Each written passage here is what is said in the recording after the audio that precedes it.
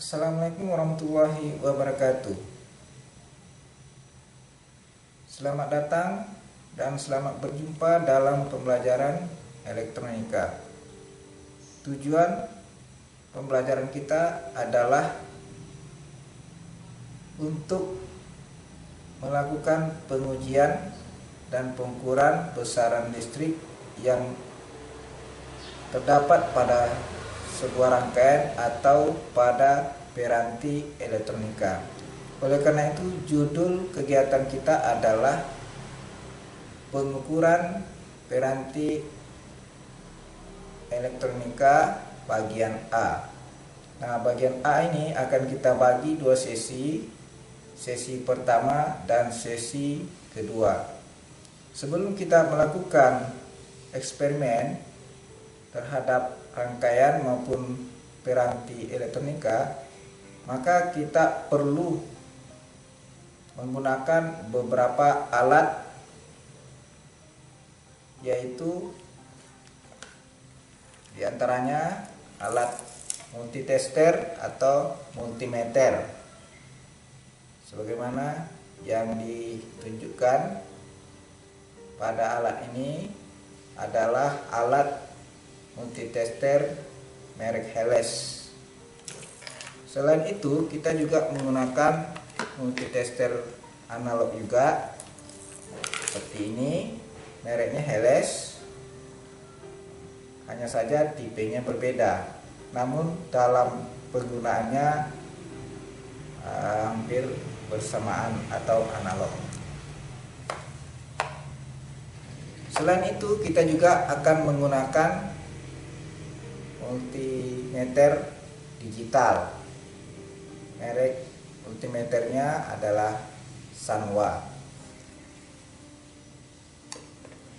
Nah, dalam pengujian rangkaian ampun komponen, kita juga memerlukan papan rangkaian atau project board.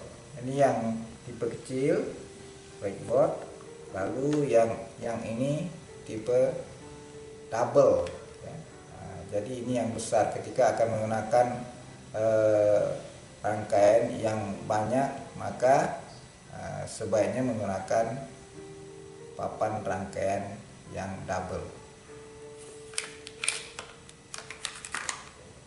Inilah beberapa peralatan yang kita perlukan dalam pengujian piranti A. Untuk selanjutnya kita akan lihat video berikutnya yang kita lakukan secara bertahap, yaitu pengujian sesi A dan pengujian sesi B.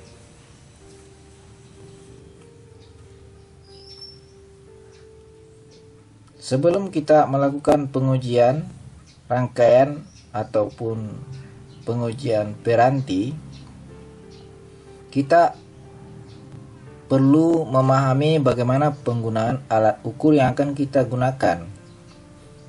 Nah, mari kita mempelajari bagaimana cara menggunakan alat ukur. Yang pertama yaitu alat ukur multimeter analog merek Helles tipe YX393.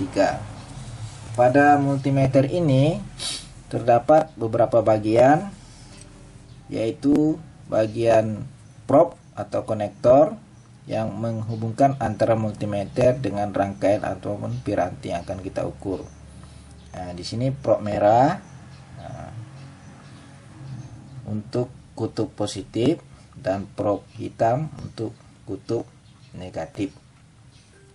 Nah, dalam pengujian ini perlu diperhatikan ketika besaran yang kita ukur itu mempunyai polaritas, maka harus diusahakan pengukurannya atau penempatan probe-nya tidak terbalik. Di sini juga ada bagian yang ini di tengah, ada bagian tanda minus. Nah, maka ini gunanya untuk mengkalibrasi 0 ketika jarum tidak menunjukkan posisi 0 pada saat tidak dilakukan pengujian. Yang berikutnya ini adalah bagian 0 ohm untuk kalibrasi 0 ohm.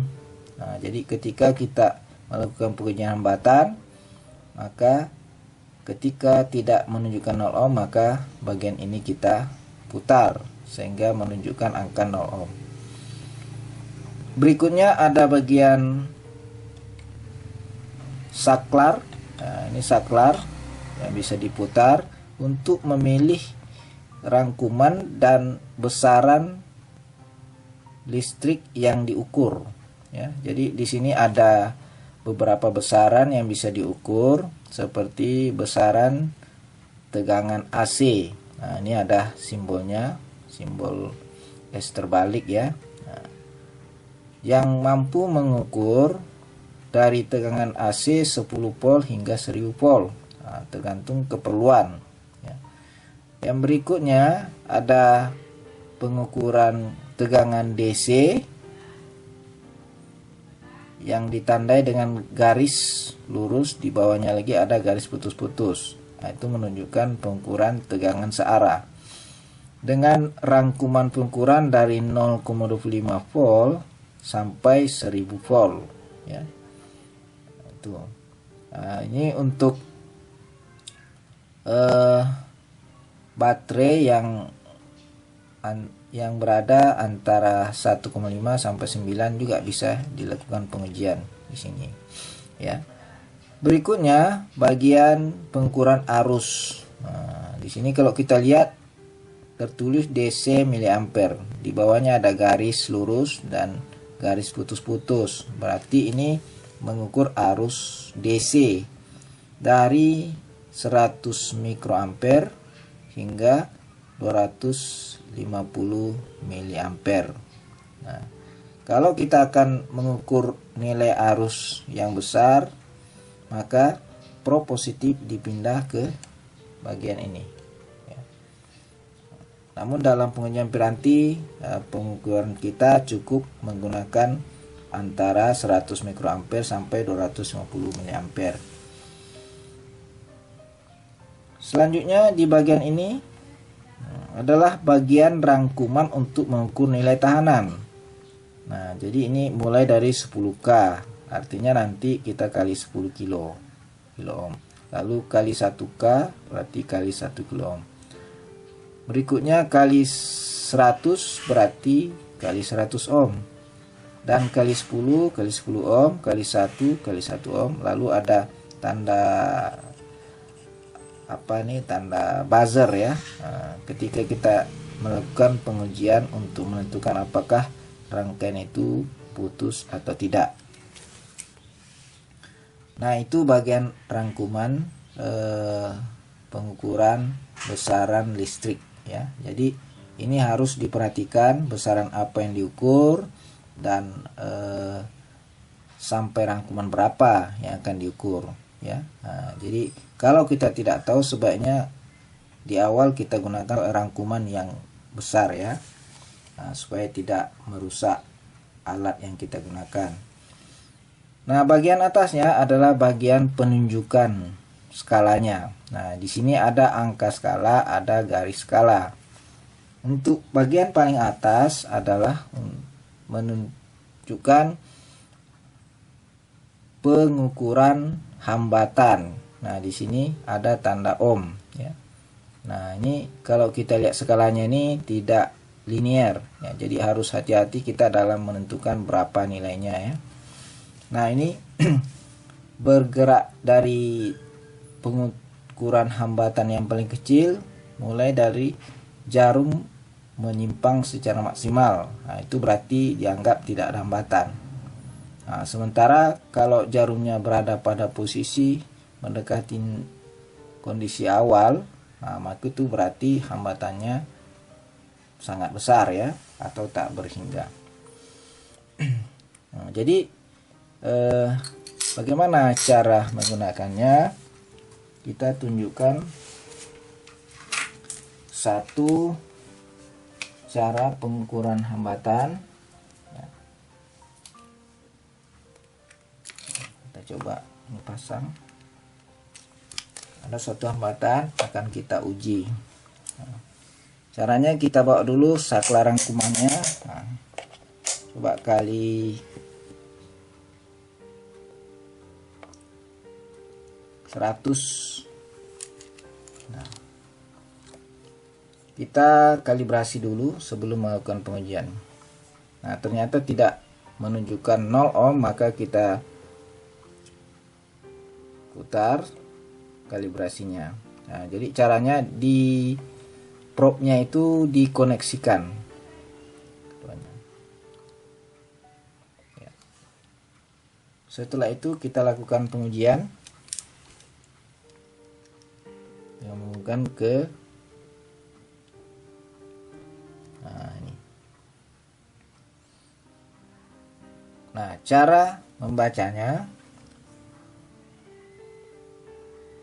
perhatikan saklar rangkuman yang digunakan ini adalah kali 100 ohm.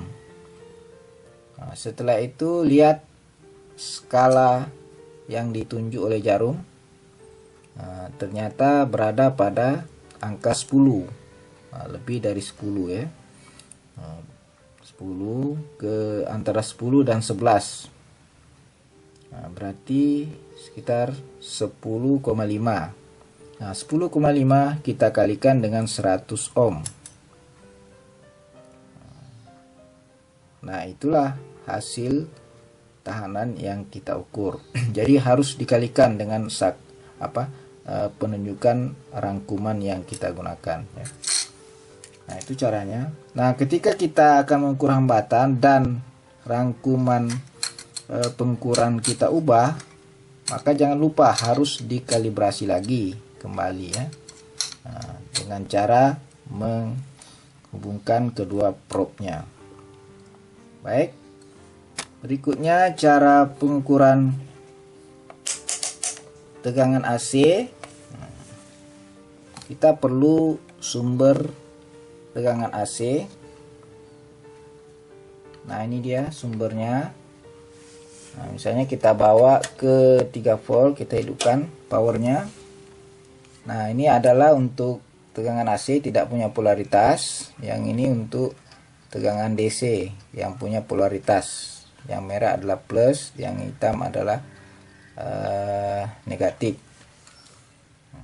Kita coba mengukur tegangan AC yang 3 volt di situ, berarti kita pakai yang 10 saja.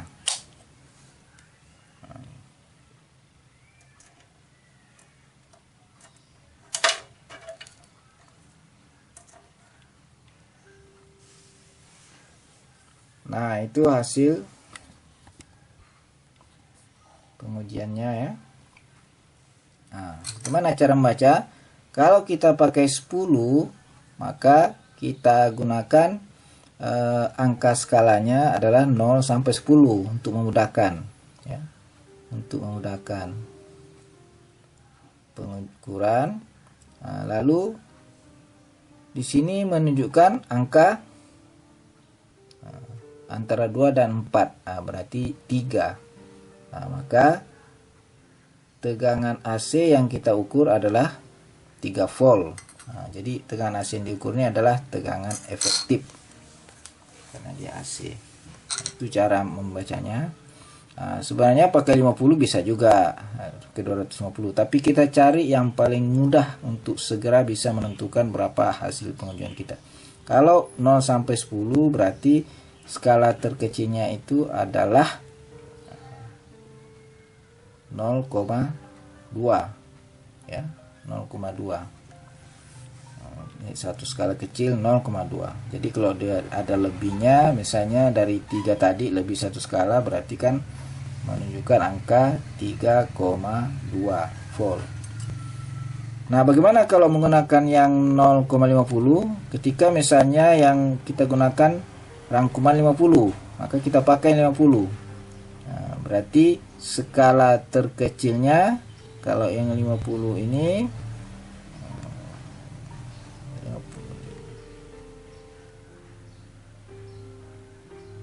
50, 10, 5, berarti untuk satu skala adalah 1 volt. Satu garis skala 1 volt. Nah, bagaimana kalau kita pakai yang 250? 250 berarti untuk skala terkecil berarti satu garis skala itu 5 volt ya. Itu caranya. Tapi kalau misalnya saklar rangkumannya 25, nah maka pakai mana? Yang mudahnya gunakan 0 sampai 250, nanti tinggal dibagi 10. Nah, jadi maksimum itu 25 ya. Nah, selanjutnya kita mencoba mengukur tegangan DC. Nah, jadi kita bawa saklar pengukurannya, karena yang 3 volt mau kita ukur, bawa ke rangkuman 10 ya. Nah, ini harus diperhatikan polaritasnya. Seperti ini.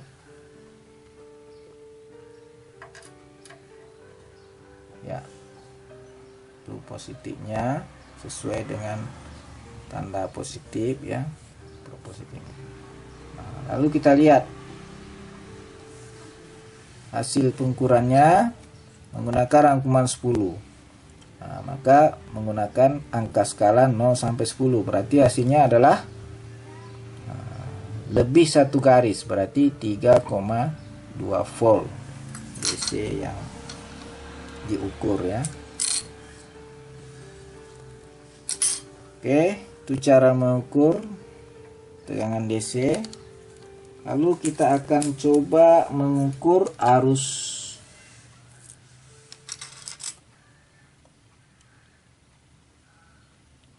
DC.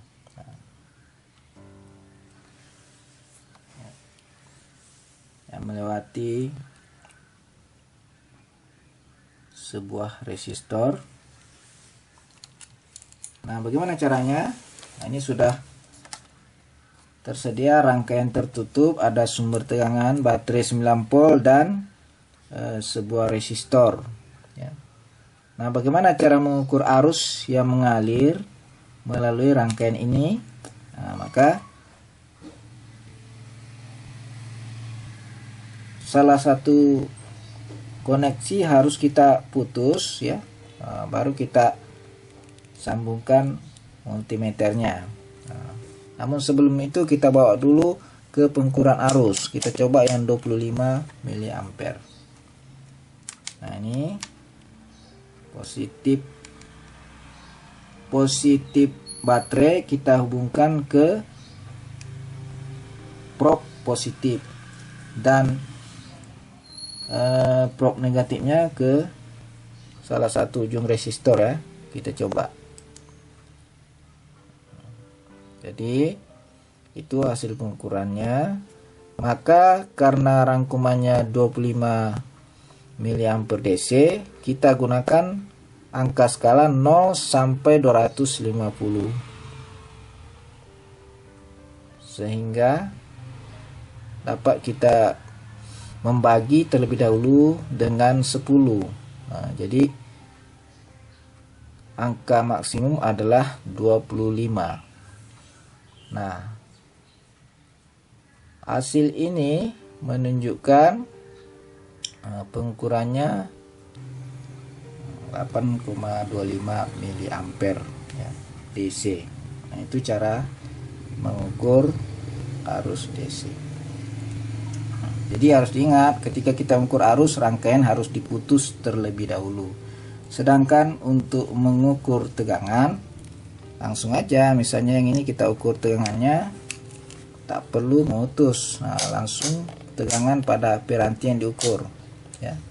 Misalnya ini kita ingin mengukur tegangan pada resistor ya 9 volt ya. Jadi sama dengan tegangan pada baterai, nah, karena dia hanya satu resistor.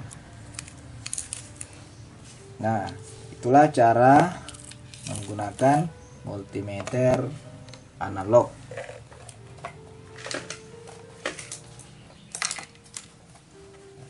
Untuk multimeter analog merek Helles tipe YX360TRNB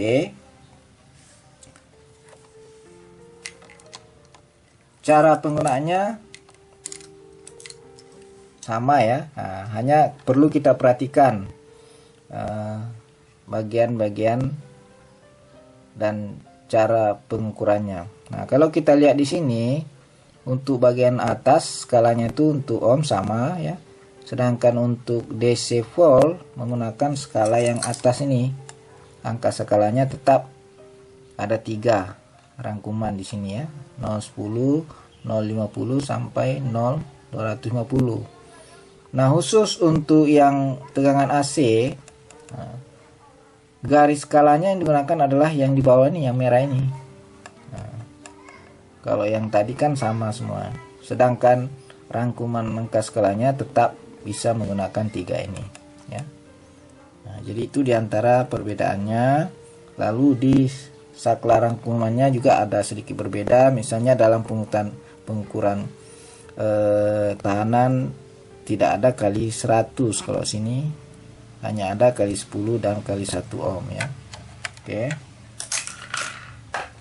Alat berikutnya yang akan kita pelajari cara penggunaannya yaitu multimeter digital merek Sanwa tipe CD800A. Nah, jadi multimeter digital ini cara penggunaannya lebih mudah dibanding multimeter analog. Nah, namun demikian kita perlu tahu bagian-bagian dari multimeter ini. Yang pertama bagian probe. Nah, ada probe positif, ada probe negatif.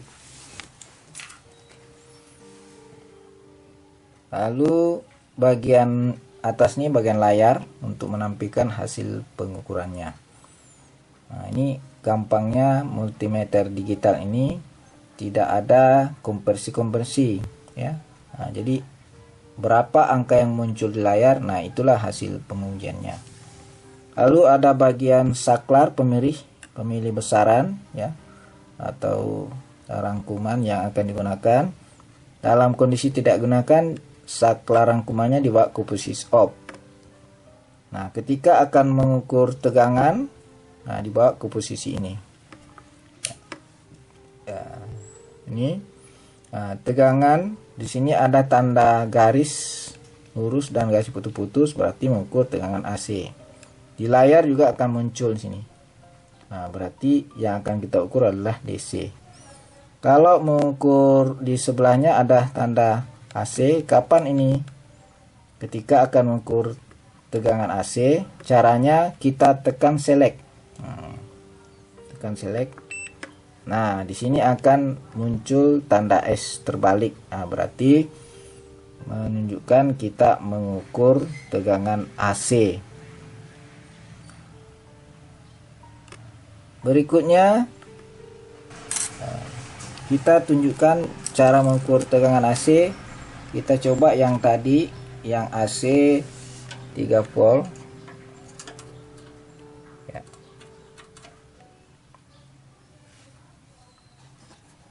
Nah, itu hasil pengukurannya ya.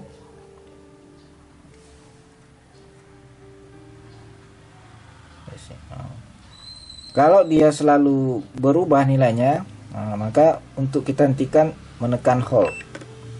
Nah, maka setelah kita tekan, dapat kita menghentikan angkanya sehingga mudah kita mencatatnya. Nah, ketika akan mengukur lagi, tekan kembali holdnya ya. Oke. Nah, berikutnya tadi kita tunjukkan pengukuran tegangan DC. Kita pindah, cabut dulu, lalu tekan select.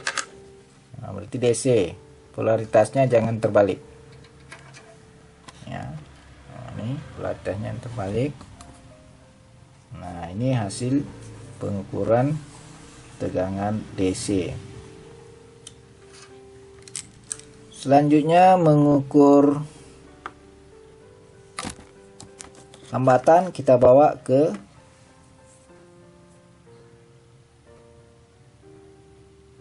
bagian yang berwarna kuning tandanya ya. Nah, di sini muncul satuan ohmnya ya. Nah, biasanya ini otomatis kalau kita melakukan pengujian. Misalnya kita ukur resistor ini.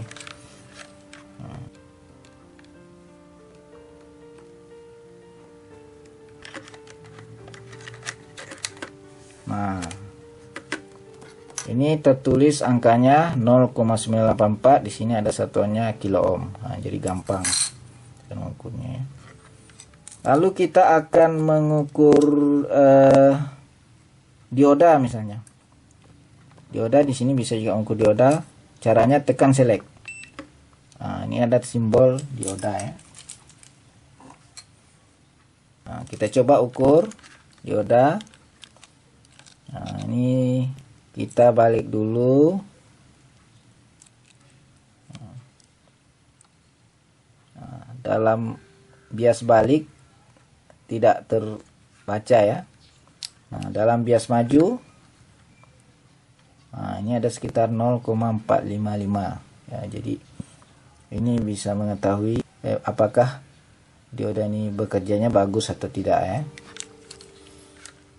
Yang berikutnya untuk kalau kita tekan select lagi, nah ini untuk menguji rangkaian putus apa tidak. Misalnya kalau berarti ini nyambung, tapi kalau tak bunyi berarti putus. Misalnya kabel nih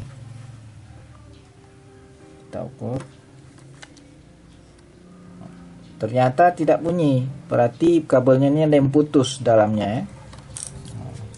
Beda dengan yang ini. Nah, ini berarti ini bagus kabelnya. Oke. Nah, kalau kita tekan select lagi, nah di sini muncul nanofarad. Nah, berarti ini untuk menguji kapasitor ya. Nah, tinggal kita hubungkan ke pin-pin kapasitor. Yang berikutnya, nah ini ada simbol HZ, berarti itu mengukur frekuensi. Nah, yang bisa diukur frekuensi adalah sumber AC ya. Kita coba tadi yang 3 volt AC. Berapa pengukurannya? Ternyata 49,95 kalau dibulatkan 50 Hz. Nah, itulah frekuensi yang berasal dari PLN ya. Nah, sekitar 50 Hz. Karena sinyal AC dari catu ini adalah sama dengan frekuensi yang diberikan oleh PLN. Seterusnya bagian ini MA. Nah, ini bisa mengukur arus AC dan bisa mengukur arus DC. Nah, ketika mengukur arus DC, perhatikan sini. Nah, kalau ini sudah ada tanda garis berarti DC. Kalau mengukur yang AC, kita tekan select. Nah, nanti sudah muncul simbol S terbalik. Nah, berarti itu untuk mengukur arus AC. Ya. Nanti kita tinggal melakukan pengukuran. Ya. Nah, jadi inilah cara menggunakan multimeter digital merek Sanwa ya. Dan berikutnya yang kita perlukan adalah papan rangkaian atau project board ya. Nah, project board sebagaimana ditunjukkan pada video ya. Ini ada project board yang ukuran kecil, lalu ada project board yang ukuran besar atau double ya. Nah, untuk rangkaian yang tidak terlalu banyak, maka cukup menggunakan yang kecil. Nah, bagaimana alur-alurnya? Nah, untuk melihat alurnya, kita perhatikan gambar ya. Nah, jadi pada gambar ini menunjukkan alurnya. Nah, artinya dalam satu garis itu berarti terkoneksi dari sini ke sini, misalnya yang ini dari sini ke sini, ya. Nah, jadi itu jalur koneksi pada papan project board ya. Nah, kalau kita lihat bentuk aslinya realnya, nah, maka yang ini terkoneksi ya sampai ke tengah sini ya, terkoneksi. Begitu juga yang sebelahnya, dari sini sampai ke tengah sini.